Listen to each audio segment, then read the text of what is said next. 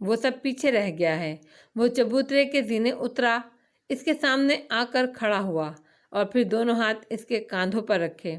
ایسی آہنی گرفت تھی کہ وہ اس کی ریڑھ کی ہڈی میں سنسنی سی دوڑ گئی۔ تمہاری دنیا یہ ہے، وہ نہیں، وہاں تمہارے لیے کچھ نہیں ہے۔ میں چاہتا ہوں تم اس دنیا کو بھلا کر یہیں رہو، عیش و عشرت سے زندگی گزارو، راج کرو، دولت اور طاقت کا مزہ حاصل کرو۔ میں کبھی بھی دوبارہ تمہارے منہ سے اس دنیا کا ذکر نہیں سننا چاہتا۔ وہ باب اب بند ہو چکا ہے تاشا۔ اس کے الفاظ سے یا کوئی یک بستہ ہوا جو تالیہ کی ہڈیوں میں گھس کر خون کو جما رہی تھی۔ وہ پھیکا سا مسکرائی اور سر کو اسبات میں خم دیا۔ جیسے آپ کا حکم باپا۔ مراد نے اس کے کاندھوں سے ہاتھ اٹھائے اور آگے بڑھ گیا۔ حالم کا دماغ تیزی سے چل رہا تھا۔ ایک دم وہ مڑی، مگر اس دنیا کے محل زیادہ خوبصورت تھے آقا۔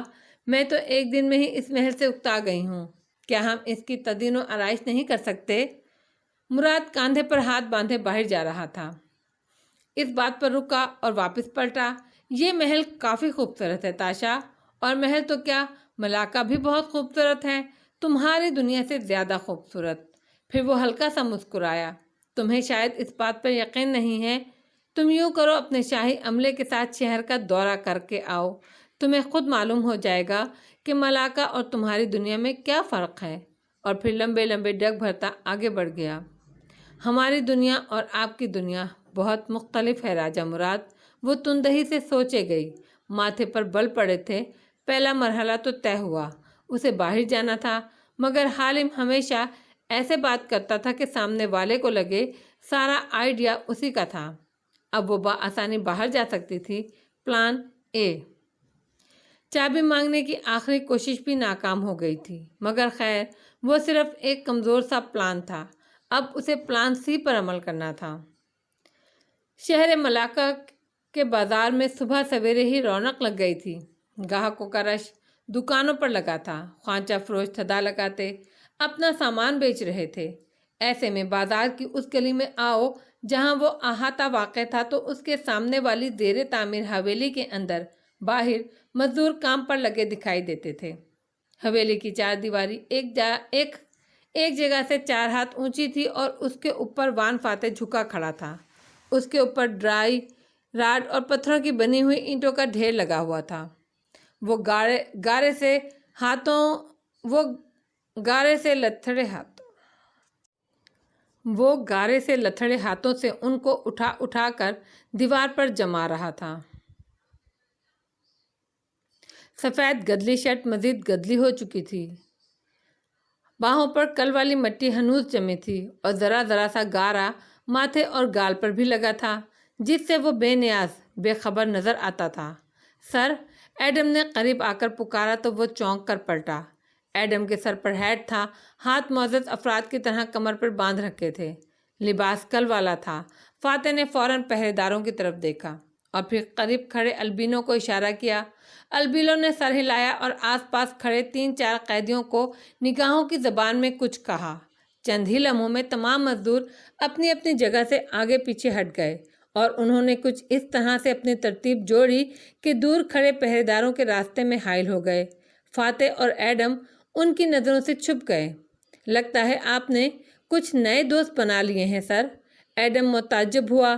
جس ریڑھی کی اوٹ میں وہ کھڑا تھا اس کو بھی بھول گیا، کیونکہ اب کوئی پہرے دار اس طرف نہیں دیکھ رہا تھا۔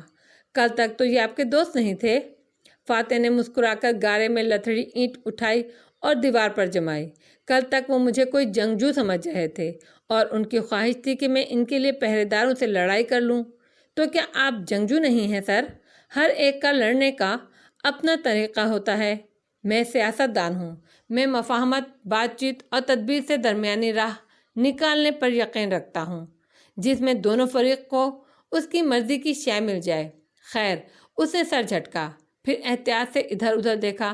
تم بتاؤ، کیا تم البور سونگائے جا رہے ہو تالیہ کے باپا کو ڈھونڈنے؟ نہیں، چہ تالیہ نے مجھے کہا تھا وہ مجھے یہیں ملیں گی، ابھی کچھ دیر میں۔ ایڈم نے ہیڈ ذرا اوپر سرکایا۔ اس کی کیا ضرورت ہے؟ اس کا یہاں آنا خطرناک ہے۔ تم دونوں کو چاہیے فوراً یہاں سے نکلو۔ وہ واقعی جھنجھلایا۔ سر، وہ ایڈم نے بار بار لب کھولے پھر بند کر دیے۔ فاتح گارے سے لتھڑے ہاتھ کمر پر رکھے ناخوشی سے اسے دیکھ رہا تھا۔ تم وقت ضائع کر رہے ہو سر، شہزادی تاشا دراصل تالیہ ہی ہیں۔ فاتح نے اچنبھے سے دونوں ابرو اٹھائے۔ واقعی؟ اور یہ تمہیں تالیہ نے خود بتایا ہے؟ جی، وہ سچ کہہ رہی ہیں، بندھارا ان کے باپا ہی ہیں، راجہ مراد، اور اب وہ محل کی مکین ہیں۔ اچھا، اور تم نے اپنی آنکھوں سے یہ سب کچھ دیکھا ہے؟ اس کا محل، اس کا باپ؟ ایڈم نے بے اختیار گردن کی پشت کھجائی۔ نہیں، مگر انہوں نے کہا تھا شہزادی تاشا وہ خود ہی ہیں، وہ شہزادی تاشا جن کے قصے ہم کتابوں میں پڑھتے آئے ہیں۔ وہ تمام قصے انہیں پیش نہیں آئے، وہ اب پیش آنے ہیں، اور اب وہ تاریخ کا حصہ بنیں گے۔ اوکے۔ وہ قد برہمی سے مڑا اور زور زور سے اینٹیں اٹھا کر دیوار پر جمانے لگا۔ ایڈم نے بے بسی سے اسے دیکھا۔ سر، اگر وہ واقعی شہزادی ہیں تو بے پناہ اختیارات کی مالک ہوں گی۔ اور یوں؟ فاتح تیورا کر اس کی طرف گھوما اور افسوس سے دیکھا۔ تمہیں واقعی اس کے افسانے پر یقین ہے؟ ایڈم نے جواب نہیں دیا۔ وہ فاتح کے کاندھے سے پیچھے کچھ دیکھ رہا تھا۔ لب آدھے کھل گئے تھے۔ بازار میں شور سا مچا تھا۔ منادی کرنے والے نے اعلان کیا کہ گھوڑوں کی ٹاپوں کی آواز آئی۔ سپاہیوں نے بگل بجائے۔ بازار میں بکھرے لوگوں نے سمٹ کر دونوں اطراف میں قطاریں بنا لیں۔ سر ادب سے جھکا لیے، راستے صاف ہو گئے۔ فاتح بن رامدل کسی خواب کسی کیفیت میں گھوما۔ سامنے سڑک صاف تھی اور اس پر شاہی سپاہی چمکتی تلواریں لیے چلتے آ رہے تھے۔ ان کے پیچھے سنہری اور چاندی رنگ کی بھگی تھی جس کی چھت کھلی تھی، ایسے کہ بھگی میں بیٹھی شہزادی صاف دکھائی دے رہی تھی۔ وقت کا جادو تھا یا تاشا پسونا کا سحر، وہ بالکل محبوط رہ گیا۔ سرخ زرتال لباس پہنے، بالوں کا جوڑا بنائے، بالوں پر ہیروں کا تاج سجائے، بڑی شان سے کوہنیاں اطراف میں جمائے، وہ مسکراتی ہوئی قطار میں ہاتھ باندھے کھڑے لوگوں کو دیکھ رہی تھی۔ سرخ لباس بھگی کی سیٹ پر پھول کی طرح پھیلا تھا۔ منادی کرنے والے اس کے بارے میں لوگوں کو آگاہی دے رہے تھے، اور لوگ اشتیاق سے گردنیں اٹھا اٹھا کر ایڑیاں اونچی کر کے بندھارا کی سندر بیٹی کو دیکھ رہے تھے، اور وان فاتح بالکل ساکت ہوئے KL کے اس بہروپیے کو دیکھ رہا تھا جس کو ہر طرح کا بھیس بدلنا آتا تھا۔ وہ پلک تک نہیں جھپک رہا تھا۔ اس کی نگاہوں میں حیرت سے زیادہ بے یقینی اور تعجب تھا۔ شہزادی تاشا نے ہاتھ کے اشارہ کیا تو بگی بان نے بھگی روک دی۔ کسی نے لپک کر دروازہ کھولا، کسی نے نیچے پائیدان رکھا۔ وہ اسی شان سے دینیں اترتی نیچے آئی۔ لوگ مزید پیچھے ہٹنے لگے۔ تالیہ ٹہلنے والے انداز میں دکانوں کے سامنے سے گزرنے لگی، پھر ایک دکان کے چھپر کے قریب رکی۔ ادھر میز پر بہت سے سرخ سیبوں کا ڈھیر لگا ہوا تھا۔ تالیہ نے سیبوں میں ہاتھ ڈالا، چند سیب ادھر ادھر ہٹائے، اور جب ہاتھ باہر نکالا تو اس میں ایک موٹی سی سنڈی تھی۔ کیا تم سنڈیوں اور کیڑوں والے سیب لوگوں کو کھلا رہے ہو؟ سنڈی لہرا کر اس نے دکاندار کو دکھائی اور پھر غصے سے نیچے پٹکی۔ دکاندار کا منہ کھل گیا۔ ہجوم میں کئی لوگوں نے ہونٹوں پر ہاتھ رکھ لیا۔ گرفتار کر لو اس دکاندار کو، اس کو اپنی لاپرواہی کی سزا ملنی چاہیے۔ شہزادی تحکم سے بولی تو سپاہیوں نے جھٹ سے دکاندار کو پکڑا اور اسے گھسیٹتے ہوئے آگے لے گئے۔ وہ بیچارہ چیختا چلاتا رہا، مگر اس کی کوئی نہیں سن رہا تھا۔ لوگ مزید پیچھے کھسکنے لگے۔ بازار میں ایک خوف کی فضا قائم ہو رہی تھی، اور وان فاتح بالکل خاموشی سے اس کو دیکھ رہا تھا۔ شہزادی اب سڑک پر آگے بڑھ رہی تھی، ایک ادا سے اپنے انگوٹھیوں سے مزین ہاتھ ریڑھیوں کے کناروں پر پھیرتی جا رہی تھی۔ دفعتاً وہ ٹھہری۔ دائیں جانب ایک ریہڑی پر کپڑوں کے تھان رکھے تھے۔ ریہڑی والے نے اسے اپنے پاس رکتے دیکھ کر ہی دونوں ہاتھ جوڑ دیے۔ تالیہ نے 2 انگلیوں میں مسل کر کپڑا دیکھا۔ کیا یہ تم چین سے لائے ہو؟ ریہڑی بان نے جھٹ سر اسبات میں ہلایا۔ جی، اسے بھی پوچھ گچھ کے لیے محل لے جاؤ۔ میں جاننا چاہتی ہوں یہ دوسرے ملک سے مال برآمد کرنے پر محصول بھی دیتا ہے یا نہیں؟ شہزادی نے ناک سے مکھی اڑانے والے انداز میں کہا تو ریہڑی بان نے گھبرا کر سپاہیوں کو دیکھا۔ وہ بنا کسی تعامل کے اس پر جھپٹے اور اسے کھینچ کر لے گئے۔ تالیہ ویسی شہزادی کے روپ میں اتنی بری نہیں لگ رہی۔ ایڈم نے قدر جوش سے فاتح کے قریب سرگوشی کی۔